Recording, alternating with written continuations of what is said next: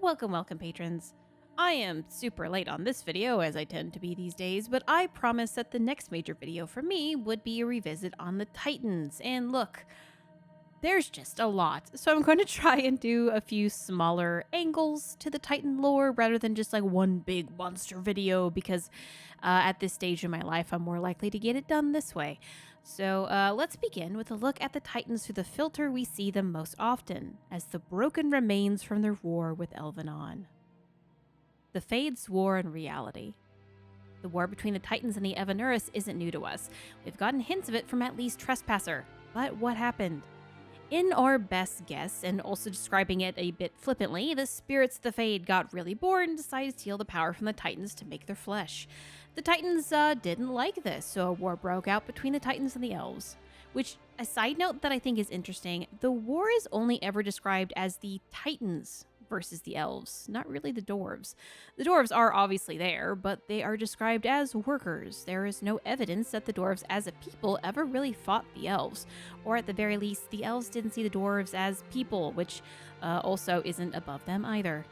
Anyway, the Evanuris yoinked the Titans' minds into a wee box, and the Elves used that power for their empire. And I break away from this again because who did the yoinking is a bit muddied. Veilguard does not actually say who did it. The art book makes it clear that it was Solus, but there's also cut dialogue in Veilguard that references the dagger and the deed to be Mythal's sin. And even in Inquisition, there is a small line that references Mythal to be the culprit. In truth, it could also have been both, a spell that required two powerful Evanuris. After all, in the Redeem ending for Solus, Mythal does say that the sins they did together. The Elves then freely used the Titans how they saw fit, as we see with lyrium and tons of elven artifacts and even a whole lyrium processing center in Trespasser. So what on earth could all this tell us about the Titans? Well, part of the mystery of the Titans is that we don't know what exactly they did. What was their power? How did they interact with the Fade? What was their anatomy like? While I can't answer all of this, I think looking at some of the artifacts made by the Elven might be able to sketch out an idea of what these great beings were capable of. The Wolf's Fang. Oh boy, okay, so the quick and dirty version of the history of the red lyrium idol / dagger is that it gets made with the purpose of sundering the Titans. It gets used, and then there are thousands of years of unknown history where this item goes or does, until finally it's used to kill Mythal. From there, Solus then retrieves it, takes the shattered pieces of her spirit out of the lyrium dagger, and then Solus goes into slumber mode, and the dagger somehow ends up in the deep roads. Hawk and company find it, blah blah blah. Solus purifies it of the blight, and here we have the events of Veilguard, and then Harding touches it and connects to the stone. It's a long-winded history with a lot of interesting holes that I wish were filled, but the one I want to focus on today is not the elven drama surrounding its creation and use, but the purest lyrium that it's made out of. What makes the dagger so special? What happened to Harding? And why was this idea so special? It's one of the few ideas that was in the scrapped version of Dragon Age 4 to make it into Veilguard. Both the idol and the dagger are described as being made of pure lyrium, some of the purest kind there is. What does that even mean? So I'm of two minds. First, in the background of the series, things like lyrium potions, lyrium enchantments, and even the lyrium that Southern Templars take are all diluted to some degree. Lyrium is also described as a metal. I did some quick research into metal purity, and like most of it is unrelated, but raw metal ore is usually filled with other trace amounts of substances. I imagine the same is going to be true with lyrium. In real life, it seems that what is called pure in metals is often like 99.999 whatever of that metal. It never seems to be a guaranteed 100, and to even achieve that much, the ore must be processed. So it's possible that the lyrium of the dagger was so highly and painstakingly processed that it exceeded that of normal processing in Thetis. Second is more vibes. It's made of a Titan heart. You know, that big chunk of lyrium you fight in the Descent? Yeah, just a big shard right there from like the middle of that thing or something. Maybe it's even a combo where the small dagger's the processed version of the big heart. The only real evidence I have to point to this is that it's only when Volta comes close to the heart that she is chosen by the Titan. It would make sense for Harding to come into contact with a similar substance and get zapped in a similar way. So, okay, that's what the dagger is, but what can it do? It would take forever to go into deep details, so let's just rattle these off as I can think of them. Things the idol / dagger has been proven to do in the Dragon Age series. interfere with mental states and decision-making, causing hallucinations, paranoia, and anger. Thins the veil, cuts the veil, but also makes the veil. Pierces through a number of powerful enchantments. Regenerate itself once destroyed. Copy abilities that the user has seen, I guess. I'm not sure what the mechanics of this gameplay device would be, but you know what I mean. Holds onto shards of spirits that it has sundered. Now, this is unknown if this works on like non-spirits, like Varric. Acts as a sort of listening device, although this might be a secondary enchantment or a simpler use of lyrium as seen in Inquisition, where a normal lyrium device is used at a similar effect in Calpurnia's questline. And finally, animate metal statues, which is probably my favorite use of this dang thing. Now, let's keep the slide safe, and I'll bring it back as we go on. The foci. The magical MacGuffin from Dragon Age Inquisition is an interesting piece of the puzzle, as while it's not technically confirmed to be made from the Titans, the mural and a few codex entries start to make you think. The first major codex entry is from the Frostback Mountains, a codex originally from Dragon Age Origins. It tells the story of a tale from the Avar's beliefs, where Korth the Mountain Father keeps his heart in a cask, and the Lady of Skies tries to find it. Unfortunately, I'm going to force you to just listen to the whole thing, so here we go. Even mountains had a heart once. When the world was young, Korth the Mountain Father kept his throne at the peak of the Belenas, the mountain that lies at the center of the world, from which he could see all the corners of earth and sky. And he saw strong men become weak, brave men grow cowardly, and wise men turned foolish for love. Korth devised a plan that he might never be betrayed by his own heart, by taking it out and hiding it where no soul would ever dare search for it. He sealed it inside a golden cask, buried it in the earth, and raised around it the fiercest mountains the world had ever seen, the Frostbacks, to guard it. But without his heart, the Mountain Father grew cruel. His chest was filled with bitter mountain winds that shrieked and howled like lost souls. Food lost its flavor, music had no sweetness, and he lost all joy in deeds of valor.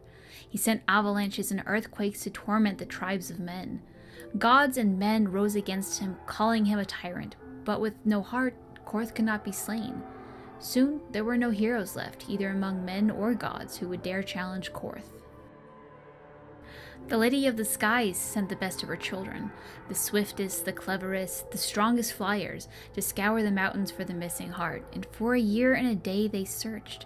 But Sparrow and Raven, Vulture and Eagle, Swift and Albatross returned to her with nothing.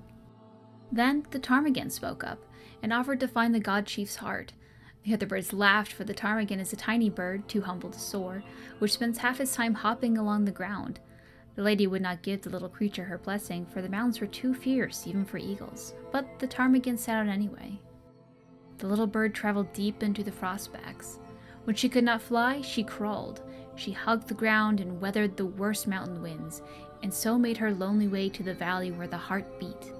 With all the gods' terrible deeds, the heart was far too heavy for the tiny bird to carry, so she rolled it, little by little, out of the valley and down a cliff, and when the golden cast struck the earth, it shattered. The heart was full almost to bursting, and the pain of it roused the mountain god to come see what had happened. When Korth neared his heart, it leapt back into his chest, and he was whole again. Then Hakon Winter's Breath bound Korth's chest with 3 bands of iron and 3 bands of ice, so it can never again escape. And all the remaining gods named the ptarmigan honored above even the loftiest eagles. The other main codex entry is from Trespasser, titled Veilfire Runes of the Deep Roads. In the light of the Veilfire, the runes seem to shift, coiling and uncoiling like snakes. A thunderous voice shatters the stillness, shouting, "Hail Mathal, adjudicator and savior! She has struck down the pillars of the earth and rendered their domain unto the people. Praise her name forever." For a moment, the scent of blood fills the air, and there is a vivid image of green vines growing and enveloping a sphere of fire. The vision grows dark. An aeon seems to pass. Then the runes crackle, as if filled with an angry energy. A new vision appears. Elves collapsing caverns, sealing the deep roads with stone and magic. Terror, heart-pounding, ice-cold as the last of the spells is cast.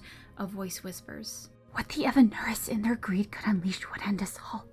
Let this place be forgotten. Let no one wake its anger.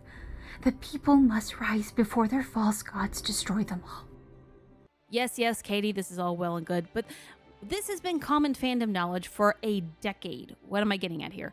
Well, under the assumption that this describes what the elves did to the heart of a Titan, I want to ask two questions. Why so many, and what about the dagger? Now, focusing on the latter first, we saw the heart of a Titan. We see what both the foci and the dagger look like. One clearly looks like it could possibly be from this mass, while the other doesn't. The only other clue to the construction of the foci is this small passage from another codex in Trespasser.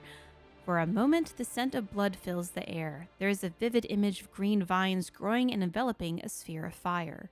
The descriptions of vines and green does sort of seem to match a vague description of the foci, and that the rest of the codex talks about Titans and the blight-related things does connect it to the Titans as a whole. But it looks like nothing we have seen coming from the Titans. We even get the chance to look inside one, and nothing seems to stand out. So, what in a Titan is this sphere of fire? Magma, perhaps? Something else? And why was this thing so powerful, yet we have never seen it raw?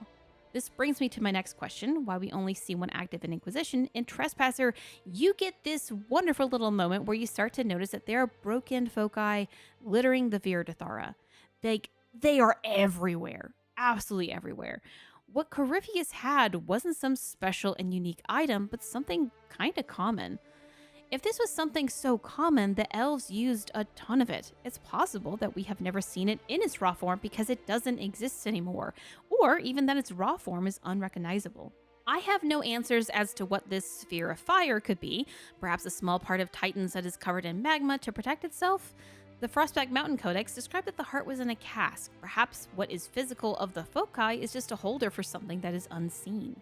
Now, Veilguard did have some updates on the journey of this particular design from Solus's mural that we have guessed to be what the creation of the foci is, namely the first regret mural that you unlock. Mythal and Elgranon are standing on this cracked circle that clearly has the same flower design, and their hands are golden with a pattern similar to that of the fingerprint foci pattern going on thing. In the mural where Solus meets Mythal for the last time, there's also a tiny foci-like circle surrounded by the dotted line that I suspect represents the veil, but I don't really know. The mural where Solus and Mythal discuss the sundering of the Titans is completely absent from any similar designs, instead seeing this teardrop shape that seems to represent their souls, spirits, whatever you want to call it. And then finally in the mural where Solus creates the veil, one could argue that this red megastar shape could represent a twist of the flower shape that we know. As a personal guess that comes from nothing but vibes, I want to suggest that this mural, the first one, describes the first kill of a Titan, but I don't really know. And here I want to take the wheels of the slower car and take a sharp turn to the left to talk about tranquility. So the art book describes what happens to the Titan as making them tranquil. In the series, tranquility has been described as taking the emotions from a person by severing the connection between the mind and something. The fade is a little more, I don't know. The two most pressing mysteries of tranquility is what exactly is being severed and how that process works. Weirdly enough, we do know how to cure tranquility. A spirit needs to reestablish the mind's connection to the Fade. But does a Titan need to be connected to the Fade? In the past, I have personally thought of magic like an internet connection. The Fade is a Wi-Fi signal, so elves and humans and Canari who are able to tap into the Fade can use it on their own. Meanwhile, the dwarves do not have a Wi-Fi card and need an Ethernet connection to the Titans to get their abilities and dreams. If this is the case, then the question I have is, are the Titans a router or are they another form of an internet? Meaning, do they have just completely different magic set than most people? So let's move past the unknown of sundering the Titans' minds from either the Fade or its own abilities. What was placed in the box? The art book describes it as their soul and matched the in-game murals by representing that with a teardrop shape. So whatever is in the foci is not that. So then, what is left to capture? I'm about to throw spaghetti at the wall here, so excuse me, but I'd like to draw in this. This is the symbol of chaos. Wiki says that the symbol itself is actually from a 70s fantasy novel, but it's also used in pop culture a ton. I'm familiar with it too, just from like osmosis of other things. I had no idea it was from this book. But that part doesn't matter as much to me. But if you scrub off the arrows, it's the exact same symbol. Titan's main ability is to reinforce reality, to create what is physical, order in the chaos. What if the symbol is to represent that idea, a stolen magic bottled up and secured, used by the elves to create their own physical world? The flowering symbol is just to represent the Titan's magic ability, its mana. So, okay, that's our best guess as to what it could physically be on a Titan. Now, what does it do? Let's bring out the slide again and down onto it. So the foci makes holes in the veil, imparts the anchor onto the Inquisitor, which seals holes and acts as a key to the veil. Boom! Which, to be fair, I think was more that it had gained power over time and then exploded when opened again, as that's what Solus says in Inquisition. But the fact that it generates power over time, I think is also interesting. Solus also describes that he would have used the power of the orb to tear down the veil and reshape reality, and this ability he was able to reproduce in finding and cleansing the dagger and taking Mythal's power from Flemeth, along with some sort of ritual prep that we see off screen. And that's really all we see it doing in Inquisition, at least. The nullifiers. In the middle of the lighthouse, there is this floating lamp-like thing with the rings floating around it. It's never really explained, but it's upgraded as you explore the hub in the game. Unless you have a good eye or messed around with the camera tools, you might not have noticed that the circle in the middle is one of the foci from Inquisition. Note it isn't the exact one from Inquisition, because those broken remains Solus has seemed to keep in his Man I Miss Having Friends nostalgia room, but it is one like it.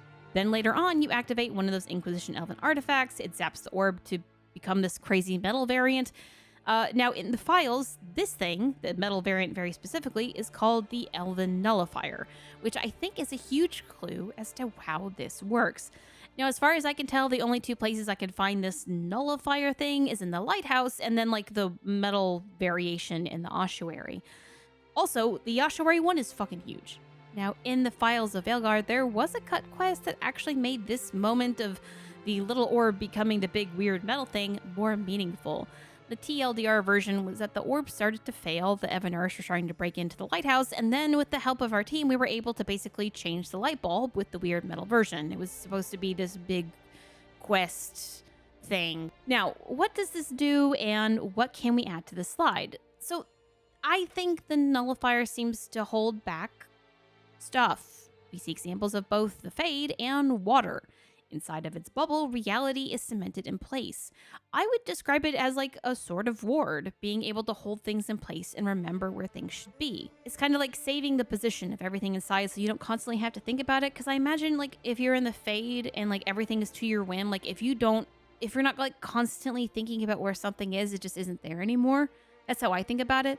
So then I imagine what this nullifier does is kind of like nullify the Fade's effect of doing that and like cement reality. So if you put something down somewhere, it's going to still be there, mostly. It's going to try. It's going to do its best. Maybe there's a quality issue here. I don't know. I'm making this up. Lyrium. So we know the elves use lyrium. In a codex from Inquisition, there was so much lyrium usage in Arlathan, the city was described looking so blue it ached to look at. We also already know a lot about lyrium, so I'm largely going to skip this part and just go straight to lyrium's abilities for the slide. In modern Thedas, lyrium is used for enchanting, Templar drugs, and very rarely mana potions. It's unknown how much of these uses were known to Elvenon, although elven magic items seem to have a lot of blue elements to them, and I'm going to assume that means it's lyrium. Memory storage. Lyrium has a very clear usage as storing memories and thoughts. This was used a ton by the dwarves, although I'm not sure how much the elves use it as that. Although there is a spin-off I could do about the Nodus Dirthalen here, but that's for another theory. Transportation. Illuvians are made from lyrium. I don't think it's like the whole thing, but there's a core component here that is lyrium based. Like that's from a codex that we just got. Anyway, procreation. Elves manifesting bodies with lyrium. This seemed to still be in practice up till the fall of the Empire, as seen with the mysterious coffins in the lyrium processing center.